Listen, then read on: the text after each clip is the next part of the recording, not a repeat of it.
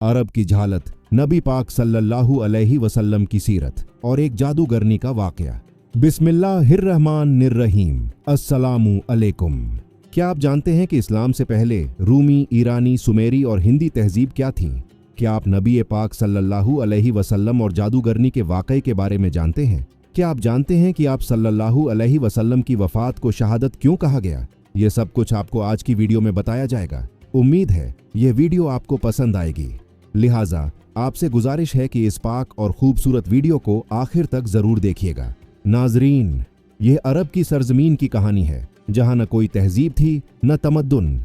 दावत-ए इलाही अंबिया अलैहिमुस्सलाम का अव्वलीन फरीजा है और अल्लाह ताला अंबिया अलैहिमुस्सलाम को दुनिया में तौहीद ए खालिस के क़याम के लिए माबूस करता है। दुनिया में जिस कदर भी अंबिया कराम आए हैं, सब ने अपनी कौम और लोगों को उनके खालिक की तरफ बुलाया है कि तुम्हारा माबूद हकीकी खुदा ताला है, सिर्फ उसी की इबादत करो और उसकी तमाम सिफात के साथ उस पर ईमान लाओ।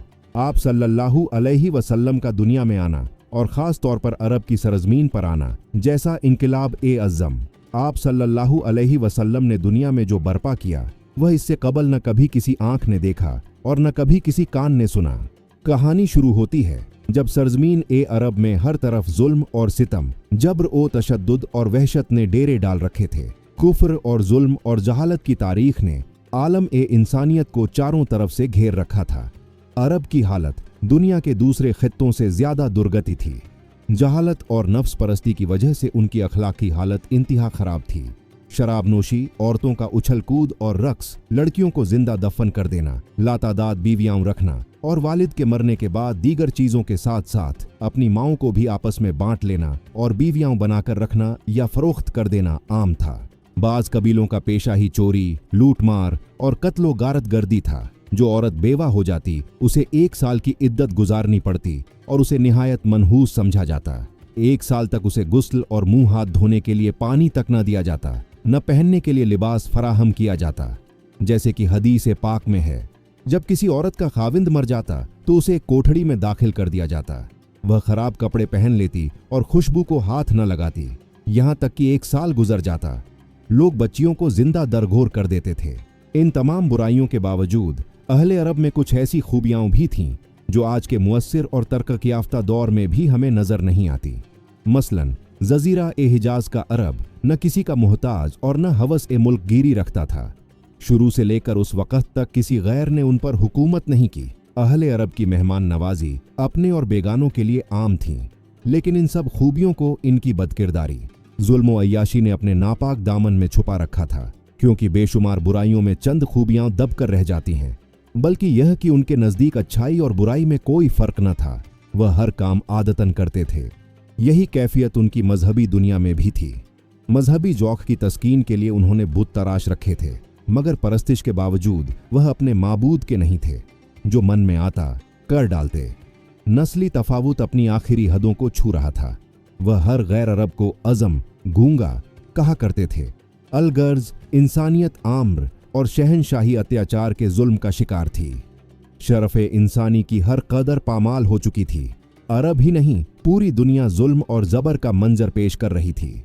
इंसानी हुकूक का हर तसव्वुर हुक्मरानों की अना की गर्द में गुम हो चुका था। क़ब्ल बिसात मोहम्मदी सल्लल्लाहु अलैहि वसल्लम रूम और ईरान अपने वक्त की आलमी ताकत की हैसियत रखते थे। अपने वक्त की ये सुपर पावर्स तहजीब ए नस्ल ए इंसानी के इतिकाद की बजाय छोटे और कमज़ोर संगीत ममालिक को अपने जहन इंसानी तक महीद कर चुके थे। 4वीं सदी ईस्वी में नसरानी हजरत ईसा अलैहिस्सलाम की तालीमात से लेकर रोमी बुत परस्ती तक हर बुराई को ईसाई दुनिया ने अपने गले से लगा रखा था। ईसाई मजहब चंद बेजान अकायद और बेकैफ मरासिम तक महदूद होकर रह गया था। रूम की मशरिकी रियासतों में इज्जतरार ए बदंजरी अपनी इंतहा को पहुंच चुकी थी। मजबूर और बेबस आवाम के सब्र का पैमाना लबरेज हो चुका था और बड़े पैमाने पर फसादात शुरू हो चुके थे। नाजरीन, इस्लाम एक मुकम्मल दीन और तरीका ए जिंदगी है। इसका पेश करदा निज़ाम ए फ़िक्र ओ अमल हर दौर के इंसान की इज़्तिराइयात और तमामी ज़िंदगी के हर पहलू के लिए काबिल ए अमल है। इस्लाम का पैरोकार इस बात का पाबंद है कि अपनी ख्वाहिश को अल्लाह के दीन के ताबे कर दे और किसी भी ख्वाहिश की तकमील और तस्कीन के लिए सिर्फ वही रास्ता और तरीके अपनाए जिसका तय्युन दीन में किया गया है। अल्लाह ताला का इरशाद है, ऐ लोगों जो ईमान लाए हो, दायरा ए इस्लाम में पूरे के पूरे दाखिल हो जाओ। और रसूलुल्लाह सल्लल्लाहु अलैहि वसल्लम ने फरमाया, तुम में से कोई भी उस वक्त तक मोमिन नहीं हो सकता जब तक उसकी ख्वाहिश मेरी लाई हुई तालीमात के ताबे न हो जाए। आप सल्लल्लाहु अलैहि वसल्लम की जिंदगी में हर शख्स से वाबस्ता अफराद के लिए रहनुमाई है। आप सल्लल्लाहु अलैहि वसल्लम दाई भी थे और मुरब्बी भी, काजी भी थे और जाहिद भी, सियासतदान भी थे और हुक्मरान भी, सिपाही भी थे और रहनुमा भी, बाप भी थे और शौहर भी।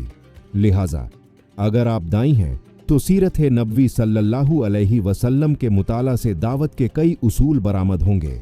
संगीत, अगर आप खानदान, कबीले या फौज की क़यादत कर रहे हैं या ज़िम्मा-ए हुकूमत संभाले हुए हैं तो मुताला सीरत से एक मजबूत निज़ाम और मुस्तहकम उसूल मिलेगा।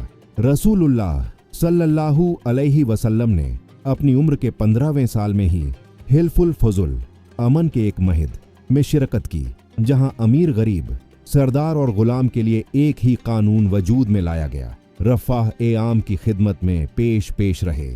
एक मुकम्मल माशी निज़ाम पेश किया जिसके मुताबिक तिजारत करके मुसलमानों ने जमा ए तिजारत, बाजार, जिस पर बहुत अरसे से यहूदी काबिज थे, अपने हाथ में ले ली।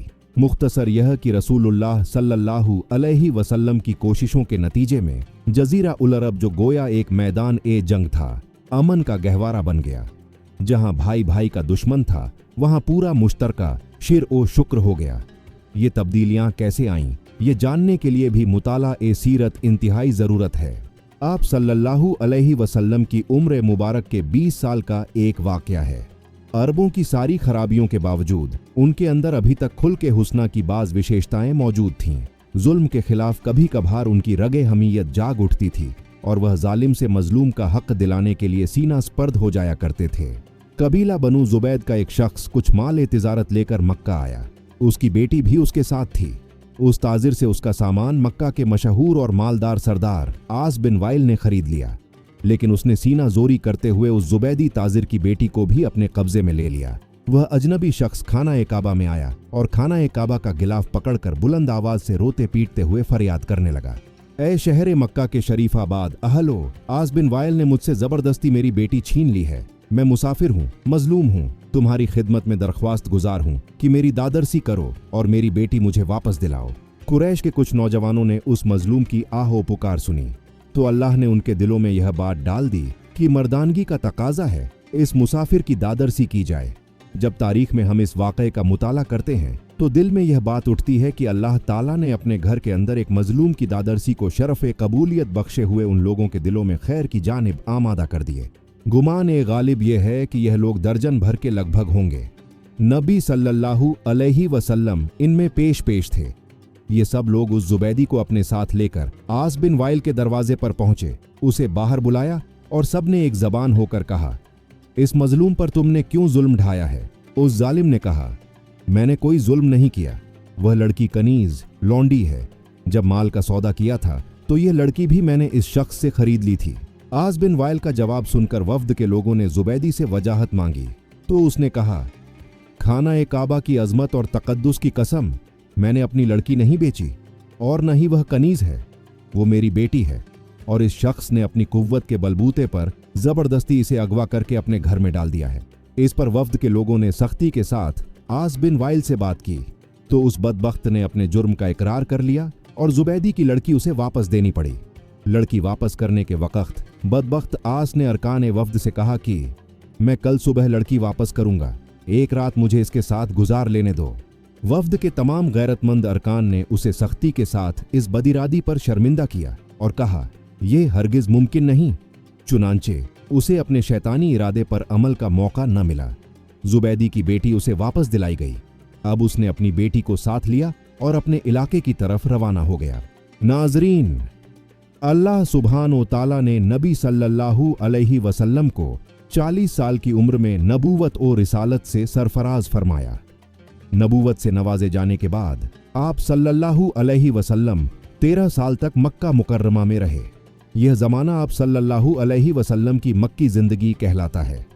आप सल्लल्लाहु अलैहि वसल्लम ने मक्की ज़िंदगी में 3 साल तक खुफिया तौर पर अपने करीबी लोगों के सामने इस्लाम पेश किया।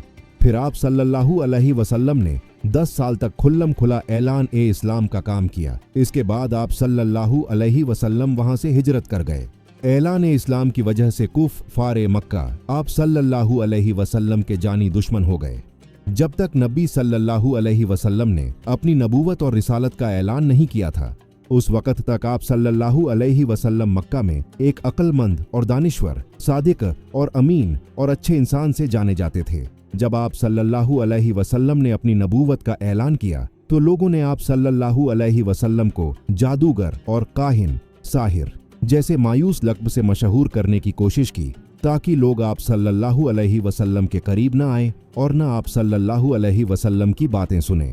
हज़रत तारिक बिन अब्दुल्लाह अल-महार रजी अल्लाह ताला अन्हु फरमाते हैं, मैंने अल्लाह के रसूल सल्लल्लाहु अलैहि वसल्लम को बाजार जिल मजाज में देखा, जबकि मैं खरीदो फरोख्त में मशगूल था। आप सल्लल्लाहु अलैहि वसल्लम सुर्ख जुब्बा जेबे तन किए हुए थे और बुलंद आवाज से यह फरमाते जाते थे, ऐ लोगों, ला इलाहा इल्लल्लाह कहो, फलाह पाओगे। एक शख्स आप सल्लल्लाहु अलैहि वसल्लम के पीछे पीछे पत्थर मारता जाता था, जिससे आप सल्लल्लाहु अलैहि वसल्लम की पिंडलियां और एड़ियां खून आलू हो गईं। वह शख्स साथ साथ यह भी कहता जाता था, ऐ लोगों, इसकी बात न सुनना, यह झूठा है। हजरत तारिक फरमाते हैं कि मैंने लोगों से पूछा, यह शख्स यानी आप सल्लल्लाहु अलैहि वसल्लम कौन है? लोगों ने जवाब दिया, यह लड़का बनी अब्दुल मुत्तलिब से है। फिर मैंने पूछा, यह शख्स कौन है जो इसका पीछा कर रहा है और पत्थर मार रहा है? लोगों ने जवाब दिया, यह आप सल्लल्लाहु अलैहि वसल्लम का चचा अब्दुल इज्जा यानी अब्बू लहब है। बाजार झिल मजाज में आप सल्लल्लाहु अलैहि वसल्लम पर अब्बू जहल का मिट्टी फेंकना। बनु मालिक बिन कनाना के एक शेख कहते हैं कि मैंने अल्लाह के रसूल सल्लल्लाहु अलैहि वसल्लम को बाजार ए झिल मजाज में देखा कि यह फरमाते थे, ऐ लोगों, ला इलाहा इल्लल्लाह कहो, फलाह पाओगे। रावी फरमाते हैं कि अब्बू जहल आप सल्लल्लाहु अलैहि वसल्लम पर मिट्टी फेंकता था और यह कहता था, ऐ लोगों, ख्याल रखना, यह शख्स तुमको तुम्हारे दीन के हवाले से धोखा न दे दे, क्योंकि इसका इरादा है कि तुम लातो इज्जा को छोड़ दो। जबकि रसूलुल्लाह सल्लल्लाहु अलैहि वसल्लम उसकी तरफ झर्रा बराबर भी इत्फाक नहीं फरमाते थे। एक दफा नबी सल्लल्लाहु अलैहि वसल्लम काबा शरीफ के पास नमाज अदा कर रहे थे। अब्बू जहल और उसके साथी वहां बैठे थे। उनमें से बाज ने बाज से कहा, तुम में से कौन है जो फलां कबीले की ऊंटनी की ओजी आंत लाए और मोहम्मद सल्लल्लाहु अलैहि वसल्लम सजदे में जाए तो उसे उनकी पीठ पर रख दे। उक़बा बिन अबी मुईत, जो निहायत बदबख्त, शकी उल कल्ब और मलाऊं था, वह वहां से उठा और ओझी लेकर आया। फिर वह आप सल्लल्लाहु अलैहि वसल्लम के सजदे का इंतजार करने लगा। जब आप सल्लल्लाहु अलैहि वसल्लम ने सजदे के लिए अपने चेहरा मुबारक को ज़मीं बोस किया तो उस नालायक ने उस ओझी को आप सल्लल्लाहु अलैहि वसल्लम की पीठ पर कंधों के दरमियान रख दिया। आप सल्लल्लाहु अलैहि वसल्लम उसके बोझ की वजह से उठ नहीं पा रहे थे, सजदे की ही हालत में परेशान थे। दूसरी तरफ अब्बू जहल और उसके बेगैरत साथी सब के सब हंसने और ठट्ठा मारने में मसरूफ थे। हजरत अब्दुल्लाह बिन मसूद रजी अल्लाह ताला अन्हु ये सब कुछ देख रहे थे, मगर अपनी कमजोरी और जालिमों के खौफ से रसूल खुदा सल्लल्लाहु अलैहि वसल्लम का दिफाई न कर सके। आखिर हजरत फातिमा रजी अल्लाह ताला अन्हा आईं और ओजी को आप सल्लल्लाहु अलैहि वसल्लम की पीठ मुबारक से हटाया।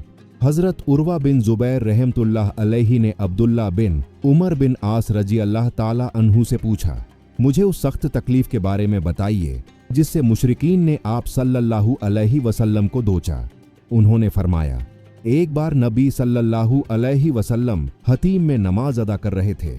अचानक उक़बा बिन अबी मुईत आया और आप सल्लल्लाहु अलैहि वसल्लम की गर्दन में अपना कपड़ा डाल दिया। फिर उसने सख्त तरीके से आप सल्लल्लाहु अलैहि वसल्लम का गला घोंटा।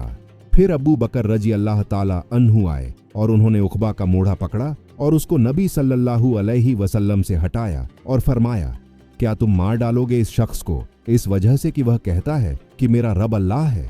अपनी जिंदगी में रसूलुल्लाह सल्लल्लाहु अलैहि वसल्लम और उनके साथियों को उनके अकीदे की वजह से सताया गया, उनका बायकॉट किया गया, यहाँ तक कि आप पर बराह रास्त हमले भी किए गए। इन चैलेंज के बावजूद रसूलुल्लाह सल्लल्लाहु अलैहि वसल्लम अमन और समाजी इंसाफ का पैगाम फैलाने के अज़्म से कभी पीछे नहीं हटे। उन्होंने अपनी अहलिया और करीबी साथियों की वफात समेत कई गम उठाए, यहाँ तक कि अपने पैरोकार के साथ मिलकर मुसावात, इंसाफ और भाईचारे के उसूलों पर मबनी एक नया मुश्तरका समाज कायम करने में कामयाब हो गए।